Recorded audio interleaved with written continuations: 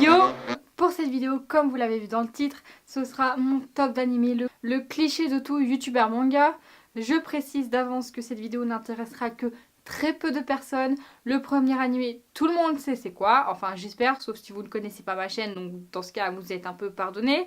Le deuxième, tout le monde va s'en foutre, les seuls qui vont plus ou moins compter, c'est les deux derniers, parce que oui, il n'y a que 4 animés, ce sont mes animés préférés, et je n'ai que 4 animés préférés. C'est tout. Je ne suis pas comme tous les youtubeurs manga en mode je fais une liste de 10 animés pour faire 10 animés préférés. J'en ai 4 et ça restera comme ça je pense pour...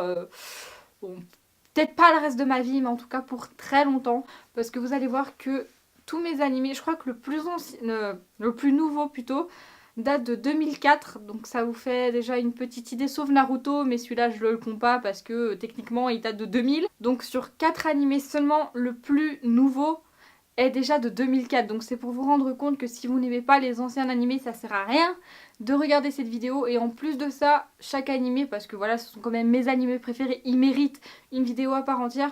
Je ferai une vidéo à part entière juste pour ces animés là, mais je pense que voilà, il était temps de faire enfin mon top d'animés préférés, comme ça je n'ai plus de questions là-dessus et la réponse est donnée. J'en ai que 4, ça sert à rien de me dire ah et Tokyo Ghoul machin. Non, j'ai que 4 animés préférés. 2 ne vous intéressera sûrement pas.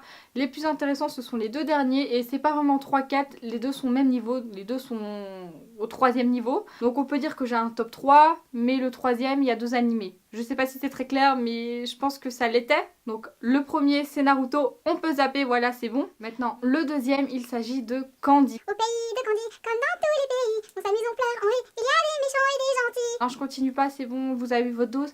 Au pays de Candy, comme dans tous les pays, on s'amuse, on pleure, on rit, il y a des méchants et des gentils. Donc voilà, cet animé là c'est mon deuxième animé préféré et je pense que pour tous ceux où Dragon Ball c'est leur animé préféré, je pense que c'est à peu près le même délire pour moi. C'est surtout très nostalgique, très symbolique.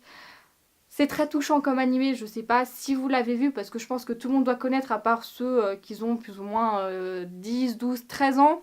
Mais sinon pour la plupart je pense que vous devez au moins connaître de nom, j'espère, sinon je vais vous faire un vite petit récapitulatif après. Mais voilà, en soi c'est vraiment un animé qui m'a énormément touchée et je pense que pour tous les fans de Dragon Ball, je pense que vous pouvez comprendre c'est quoi cette nostalgie. Après c'est pas comme Dragon Ball où il n'y a pas une suite de 4 milliards de kilomètres de long, en plus c'est pas un shonen, c'était un shoujo. Mais il y a quand même plus de 150 épisodes donc c'est pas mal pour un shoujo. Donc voilà, mon deuxième animé c'est Candy et pour ceux qui ne connaissent pas, en gros c'est l'histoire d'une petite orpheline qui était à l'orphelinat Pony avec son amie Annie. Et un jour elles vont toutes les deux être adoptées donc chez une famille et l'autre chez une autre famille, voilà simplement. Et en gros ça va être un peu à la Cendrillon, elle va être adoptée par des riches, mais il va y avoir, elle va avoir des demi-frères et sœurs, donc une demi-sœur et un demi-frère qui vont la détester, qui vont lui faire plein de trucs méchants, etc. Donc c'est plus ou moins à la Cendrillon avec les 3 sœurs peste et méchants, sauf que là c'est pas tout à fait pareil, mais je pense que vous voyez le délire. Et elle va rencontrer le prince des collines, rencontrer entre guillemets, Anthony, Alistair, Archibald et encore une autre là, une meuf mais qui arrive bien plus tard, Patty, et on va la suivre dans ses aventures. Il va y avoir plein de choses, plein de trucs très tristes. D'ailleurs, pour ceux qui ne savent pas, j'ai pas envie de spoiler, mais un jour dans cette série, il y a eu un événement et beaucoup de parents se sont plaints à la production parce que beaucoup de leurs enfants avaient fait une mini dépression. Ils étaient en train de pleurer devant leur télévision, donc du coup ils ont plus ou moins changé le scénario à la télévision pour rassurer un peu les enfants. Donc voilà, c'est très triste, c'est très triste. Voilà, tout simplement. Si vous ne connaissez pas, allez jeter un coup d'œil. Si vous êtes un garçon, c'est pas la peine. En fait, non, je vais fermer ma gueule, sinon on va me traiter de sexiste, de généraliste, nique ta mère. Voilà, faites ce que vous voulez, regardez pas, mais je pense que plus des filles pourront aimer que des garçons. C'est que mon avis, si je ne suis pas sexiste, je ne suis pas généraliste, mais voilà. Bon, maintenant vient les animés un peu plus intéressants pour vous, je pense, parce que pour la plupart, vous ne les connaissez pas. Donc, il y a un shoujo et l'autre, c'est...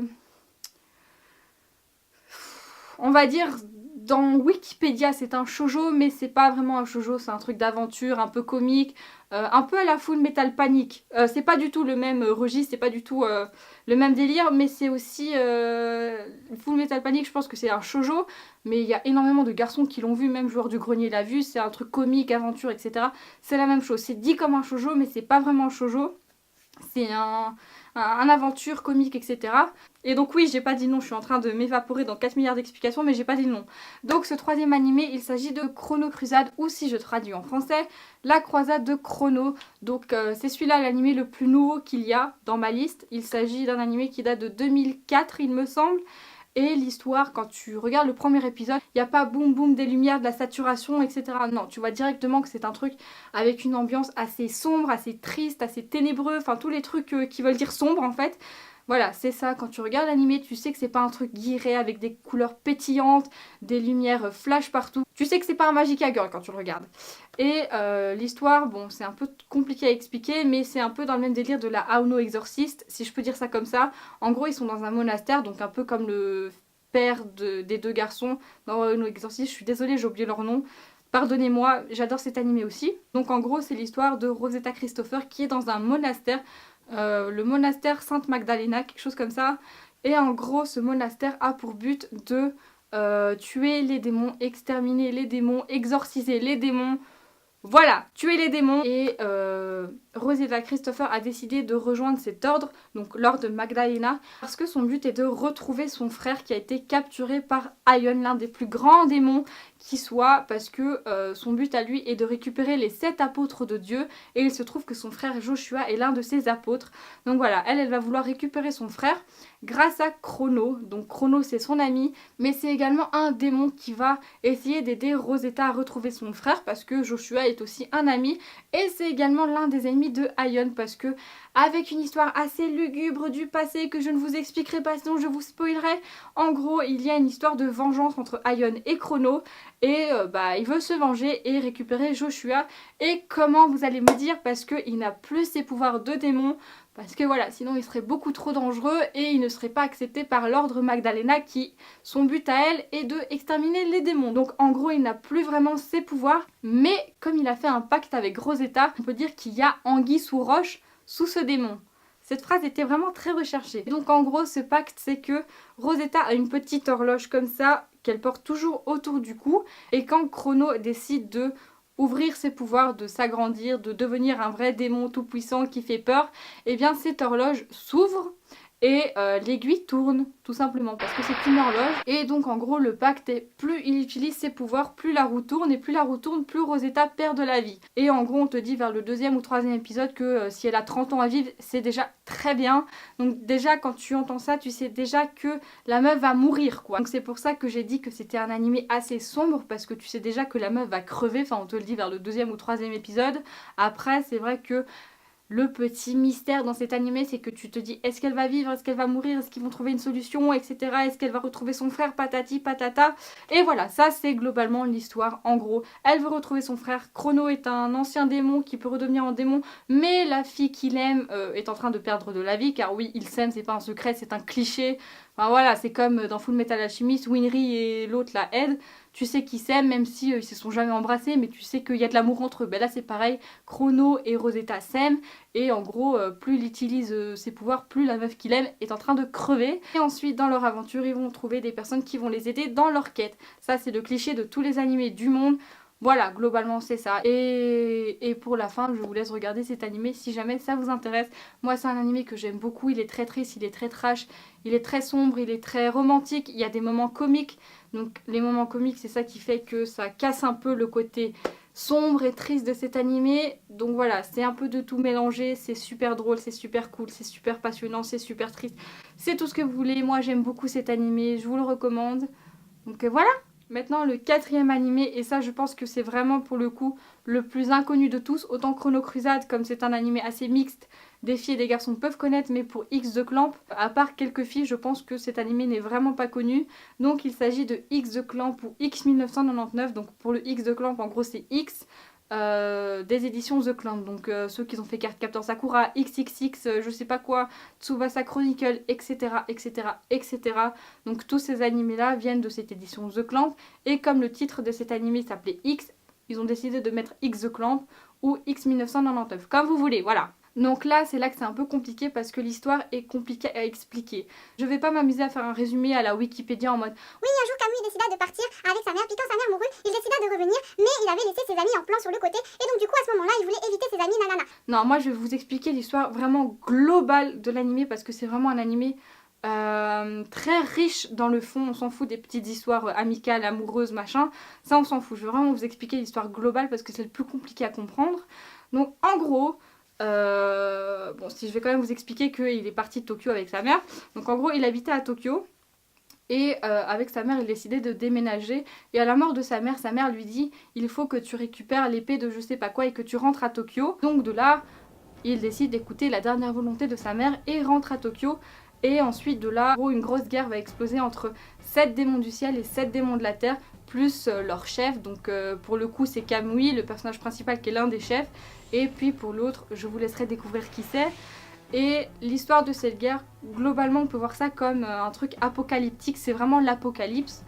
Et en gros on a les dragons du ciel, non les dragons du ciel, donc dans le manga c'est dit comme les anges. Mais les anges c'est les méchants dans l'histoire entre guillemets.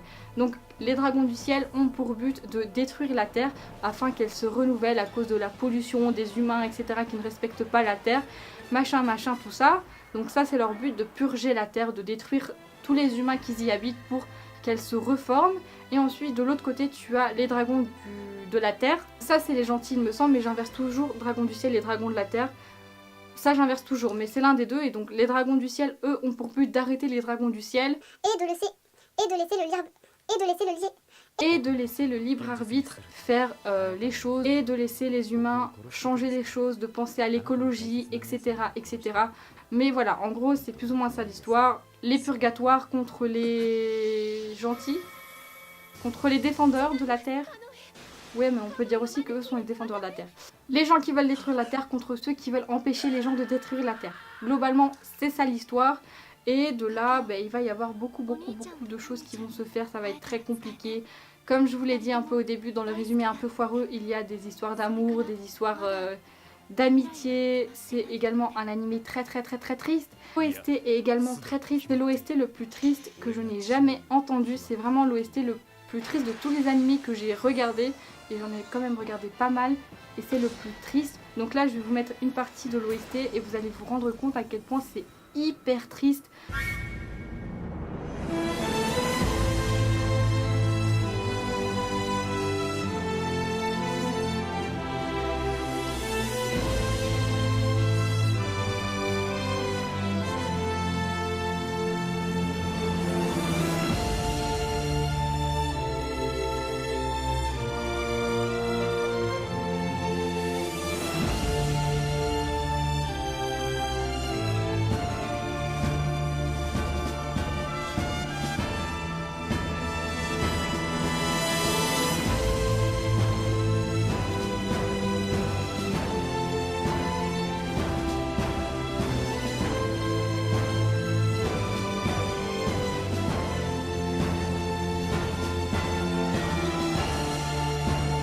Donc voilà, ça c'est globalement l'histoire de cet animé. Moi c'est quelque chose que j'aime beaucoup, surtout que j'aime bien les trucs un peu mythologiques, apocalypse, anges, démons, machin et tout. Donc voilà, ça c'est vraiment un animé que je vous conseille, mais c'est...